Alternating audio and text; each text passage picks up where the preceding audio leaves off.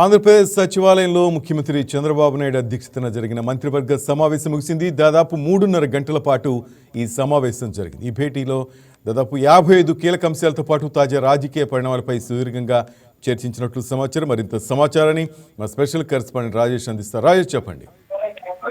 శ్రీనివాస్, కొద్దిసేపటి క్రితమే AP cabinet కూడా ముగిసింది. దాదాపు 3.5 గంటల పాటు కూడా ఈ కేబినెట్ భేటీ అయితే జరిగిందని చెప్పుకోవచ్చు. అయితే ప్రధానంగా ఈ భేటీలో పలు కీలక అంశాలకు సంబంధించి చర్చ చేశారు. అందులో ప్రధానంగా చూసినట్లయితే గతంలో ఎస్ఐపిబి సమావేశంలో సీఎం చంద్రబాబు పెట్టుబడులకు సంబంధించి దాదాపు 28,000 కోట్ల వరకు కూడా పెట్టుబడులకు సంబంధించిన వాటి మీద చర్చించారు. దాని మీద ఇవాళ ప్రధానంగా మంత్రివర్గ సమావేశంలో కొద్దిసేపటి క్రితం చర్చ జరిగింది. దాదాపు 30,000 మందికి ఉపాధి కల్పన వచ్చే విధంగా కూడా ఈ పెట్టుబడులు అనేది ఆంధ్రప్రదేశ్ లో రాబోతున్నాయి. దానికి సంబంధించిన భూ కేటాయింపుల మీద ఇవాళ కేబినెట్ అయితే చర్చ జరిగింది. దానికి సంబంధించి కూడా కేబినెట్ ఆమోదం పొందినట్టుగా తెలుస్తుంది. దాంతో పాటు ప్రధానంగా వైఎస్ఆర్ కాంగ్రెస్ పార్టీ అధికారంలోకి వచ్చిన తర్వాత రాజధాని ప్రాంతంలో R5 జోన్ ఏర్పాటు చేశారు. దాంతో అటు కృష్ణా జిల్లాకు సంబంధించి కావచ్చు, అలాగే గుంటూరు జిల్లాకు సంబంధించి దాదాపు 50,000 మందికి పట్టా భూములు ఇచ్చారు. ఆ పట్టా భూములకు సంబంధించిన అంశాన్ని కూటమి ప్రభుత్వం అధికారంలోకి వచ్చిన తర్వాత దాని మీద ఒక కీలక నిర్ణయం తీసుకున్నారు. ఎందుకంటే రాజధాని డెవలప్మెంట్ కి సంబంధించి ఇక్కడ R5 జోన్ అనేది ఏర్పాటు చేస్తే కొంత డెవలప్మెంట్ మీద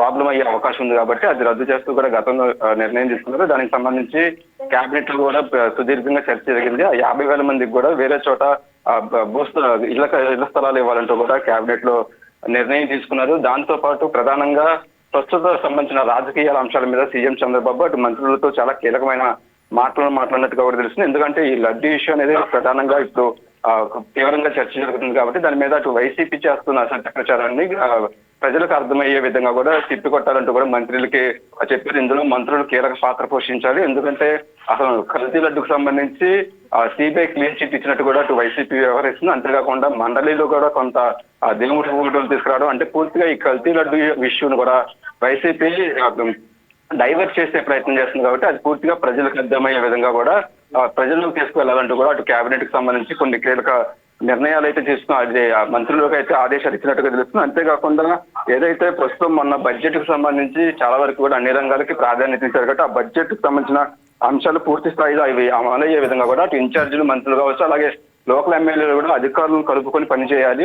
ఎట్టి పరిస్థితుల్లోనూ పూర్తిగా డెవలప్మెంట్ విషయంలో మాత్రం ఎక్కడ కూడా కాంప్రమైజ్ అవ్వద్దు. అధికారులకు సంబంధించి కూడా సీరియస్ గా పనిచేయాలంటూ కూడా చెప్పారు. ఏదైతే లోకల్ గా ఉండే ఎమ్మెల్యేలకు సంబంధించి కావచ్చు, మంత్రులకు సంబంధించి ఎక్కడ కమ్యూనికేషన్ గ్యాప్ లేకుండా పూర్తిగా నిధులు ఆయా శాఖకు నిధులకు సంబంధించి పూర్తి స్థాయిలో వినియోగించుకునే విధంగా కూడా పనిచేయాలంటూ కూడా మంత్రులకు అయితే కీలకంగా చెప్పారు. ఇంకా అంతేకాకుండా ఫైల్స్ కు సంబంధించి మంత్రులకు సంబంధించి గతంలో కూడా ఫైల్స్ మూవ్మెంట్ అనేది చాలా వరకు తక్కువగా ఉంది. వెంటనే క్లియర్ చేసుకోవాలంటూ కూడా గతంలో కూడా మంత్రులు చెప్పిన నేపథ్యంలో దాని గురించి కూడా ప్రధానంగా చర్చ జరిగింది. మొత్తం కేబినెట్ కి సంబంధించి 55 అంశాల మీద ప్రధానంగా చర్చ జరిగి దానికి ఆమోదించారు. దాంతో పాటు ప్రధానంగా పర్యాటక రంగానికి సంబంధించి కూడా కూటమి ప్రభుత్వం చాలా ఫోకస్ చేసింది. ఆంధ్రప్రదేశ్ కు సంబంధించిన పెట్టుబడులతో పాటు అటు ఇన్కమ్ వచ్చే విధంగా కూడా పర్యాటక రంగాన్ని డెవలప్మెంట్ చేయాలి. అటు టూరిజం డెవలప్మెంట్ తో పాటు పర్యాటక రంగం మీద కూడా ఫోకస్ చేసిన దాంట్లో తిరుపతి కావచ్చు, కాకినాడ కావచ్చు, అలాగే వైజాగ్ సంబంధించి కొన్ని ఏరియాల్లో పర్యాటక రంగాన్ని పెంపొందించే విధంగా కూడా కొన్ని పైలట్ ప్రాజెక్టులు